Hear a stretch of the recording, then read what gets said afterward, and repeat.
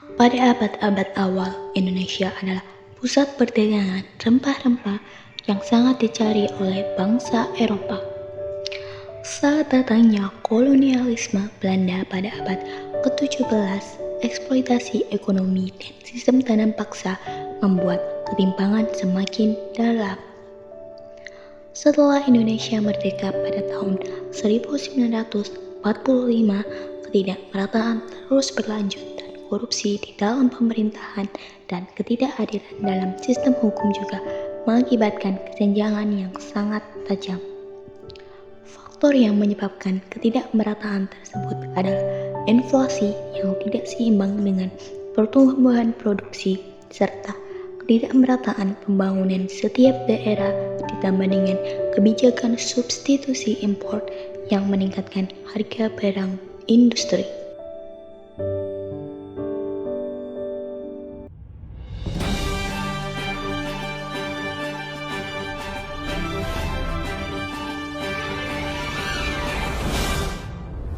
Saya Lidaya dari kelompok 2. Di sini saya akan menyampaikan berita tentang kesenjangan ekonomi di Indonesia. Menurut World Inequality Report 2022, dalam 2 dekade terakhir, kesenjangan ekonomi di Indonesia tidak mengalami perubahan signifikan. Laporan itu mencatat, selama periode 2001 sampai 2021, sebanyak 5% penduduk Indonesia hanya memiliki kurang dari 5% kekayaan rumah tangga. Sedangkan 10% penduduk lainnya memiliki sekitar 60% kekayaan rumah tangga nasional sepanjang periode sama seperti terlihat pada graf. Sedangkan menurut Badan Pusat Statistik atau BPS melaporkan tingkat ketimpangan pengeluaran penduduk Indonesia yang diukur menggunakan rasio Gini sebesar 0,381 pada September 2022. Angka tersebut turun 0,03 poin dibandingkan pada Maret 2022 yang sebesar 0,384. Berdasarkan daerah tempat tinggalnya, rasio Gini di perkotaan tercatat sebesar 0,402 pada September 2022. Nilai tersebut turun dibandingkan pada 6 bulan sebelumnya yang sebesar 0,403. Sementara rasio Gini di pedesaan terpantau sebesar 0,313. Angkanya turun 0,01 poin dibandingkan pada Maret 2022 yang sebesar 0,13. Menurut Badan Pusat Statistik atau BPS mencatat angka ketimpangan pendapatan penduduk Indonesia atau Gini rasio makin lebar. Pada bulan Maret 2023, angkanya meningkat menjadi 0,388 dari September 2022 yang sebesar 0,381. Pada periode tersebut, Gini rasio di rata-rata besar di Indonesia mencapai 0,409, naik dibanding bulan September 2022 yang sebesar 0,403. Sedangkan ketimpangan pendapatan di pedesaan pada Maret 2023 tercatat sebesar 0,313, tidak berubah dibanding dengan angka pada September 2022 dan turun jika dibandingkan Gini rasio Maret 2022 yang sebesar 0,314. Cukup sekian berita yang dapat kami sampaikan.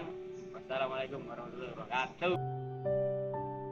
Assalamualaikum warahmatullahi wabarakatuh. Perkenalkan, nama saya Dinda Pramiti Cayami. Di sini kita dari kelompok 2 akan menjelaskan tentang pengertian kesenjangan ekonomi dan ketimpangan pendapatan serta solusi dari kesenjangan ekonomi itu sendiri.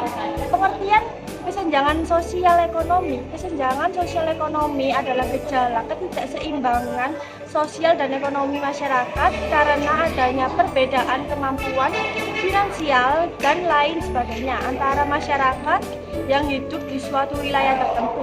Kesenjangan sosial sering dikaitkan dengan adanya perbedaan yang nyata dari segi finansial. Masyarakat mencakup kekayaan harta, kekayaan barang dan jasa dan lainnya. Selain itu, kesenjangan sosial juga dapat ditandai dengan tidak seimbangnya barang atau jasa, imbalan kekayaan, kesempatan, dan hukum yang didapatkan masing-masing individu.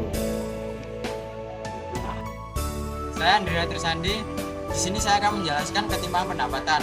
Menurut Smith dan Tadaro 2006, ketimpangan pendapatan adalah terdapatnya perbedaan pendapatan yang diterima atau dihasilkan oleh masyarakat, sehingga mengakibatkan tidak meratanya distribusi pendapatan nasional di antara masyarakat.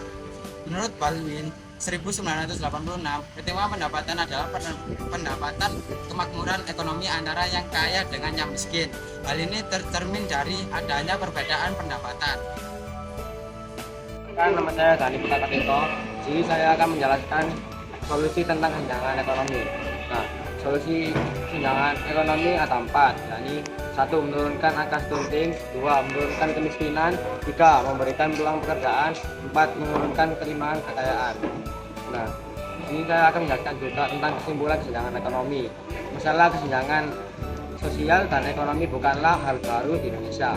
Masalah-masalah negara berkembang seperti kemiskinan, sumber daya, pengangguran, pendidikan, dan tidak meratanya pembangunan sudah menjadi PR pemerintah sejak dulu. Akibatnya, kesenjangan sosial dan ekonomi selalu terjadi dan semakin meningkat. Terima kasih. Assalamualaikum warahmatullahi wabarakatuh.